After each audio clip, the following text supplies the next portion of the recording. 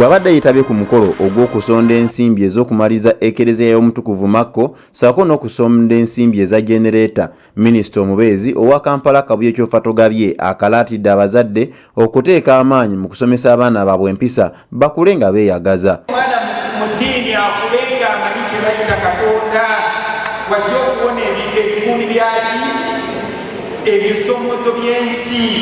Baana mmwe mukule nga mumanyi Bayibuli. Ensi tebagirwanisa bigambo, ffe ne bwe tunaalwana ne bateekawo security.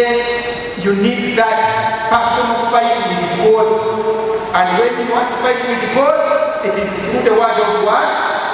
Beba abaana bajja okubeera mu nsi nga ya mirembe, so si kubeera mu nsi nga ya ntalo.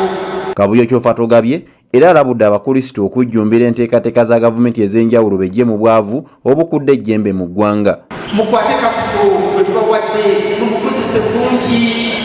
Twabadde egomba ng'omuyaaye yali omutamirivu emyaka gyasing'ebiri gyokka nga bamuwadde akakadde ye yalimamu butungulu ababadde kikyesa purayimisa yabaliriza sitoli.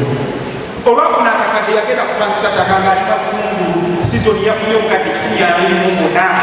Kato yakyakaba obwavu gw'oli wano oli mukuleekaana gavumenti enyambe, gavumenti yakuyamba dda. Ye ssentebe wa NRM mu Luweero Ronald Ndawula asabye abantu okukyusa endowooza zaabwe babeeko bye beekolera mu bulamu bwabwe ebibakulaakulanya.